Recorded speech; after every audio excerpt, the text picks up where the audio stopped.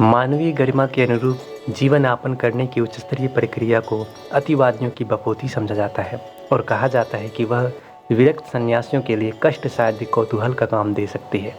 यह प्रतिपादन कितने ही जोर खरोश के साथ क्यों न कहा जाए, भले ही उसके अनुयायी बरसाती कीट पतंगों की तरह बढ़ रहे हों, पर तथ्यतः यह है अवास्तविक।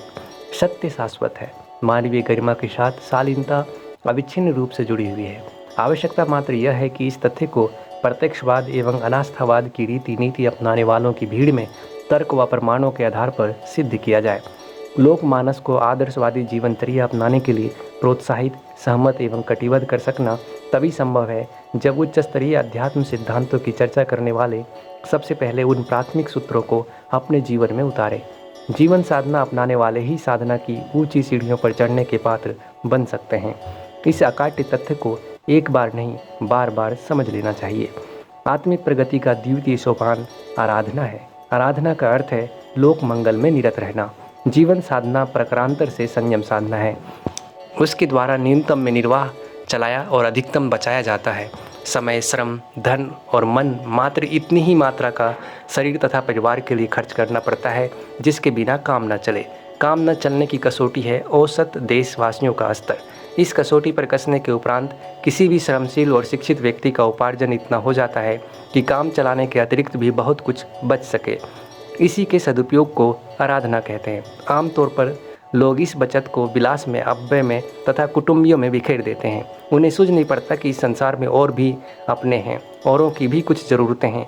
यदि दृष्टि में इतनी विशालता आई होती तो उस बचत को ऐसे कार्यों में खर्च किया गया होता जिससे अनेकों का वास्तविक हित साधन होता और समय की मांग पूरी होने में सहायता मिलती।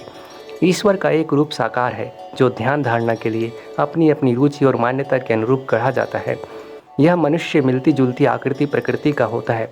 यह गठन उस प्रयोजन के लिए है जो उपयोगी, आवश्यक, किंतु साथ ही यह ध्यान रखने योग्य है कि वास्तविक नहीं, काल्पनिक है। ईश्वर एक है। इसकी इतनी आकृतियाँ नहीं हो सकती जितनी कि भिन्न भिन्न संप्रदायों में गढ़ी गई है। उपयोग मन की एकाग्रता का अभ्यास करने तक ही सीमित रखा जाना चाहिए। प्रतिमा पूजन के पीछे अद्योपांत प्रतिपादन इतना ही है कि दृश्य प्रतीक के माध्यम से अदृश्य दर्शन और प्रतिपादन को समझने, हृदयंगम करने का प्रयत्न किया जाए। सर्वव्यापी ईश्वर निराकार ही हो सकता है। उसे परमात्मा कहा गया है। परमात्मा अर्थात आत्माओं का परम समुच्चय। इसे आदर्शों का एकाकार कहने में भी हर्ज नहीं। यही विराट ब्रह्म या विराट विश्व है। कृष्ण ने अर्जुन और यशोदा को अपने इसी विराट रूप का दर्शन कराया था। राम ने कौशल्या तथा काकभुसुंडी को इसी रूप को झलक के रूप में दिखाया था और प्राणियों का उनका दृश्य स्वरूप।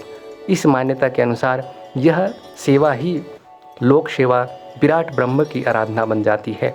विश्व उद्यान को सुखी समुन्नत बनाने के लिए ही परमात्मा ने यह बहुमूल्य जीवन देकर अपने युवराज की तरह यहाँ भेजा है। इसकी पूर्ति में ही जीवन की सार्थकता है। इसी मार्ग पर अधिक श्रद्धापूर्वक अवलंबन करने से अध्यात्म उत्कर्ष का यह प्रयोजन सदता है जिसे आराधना कहा गया है।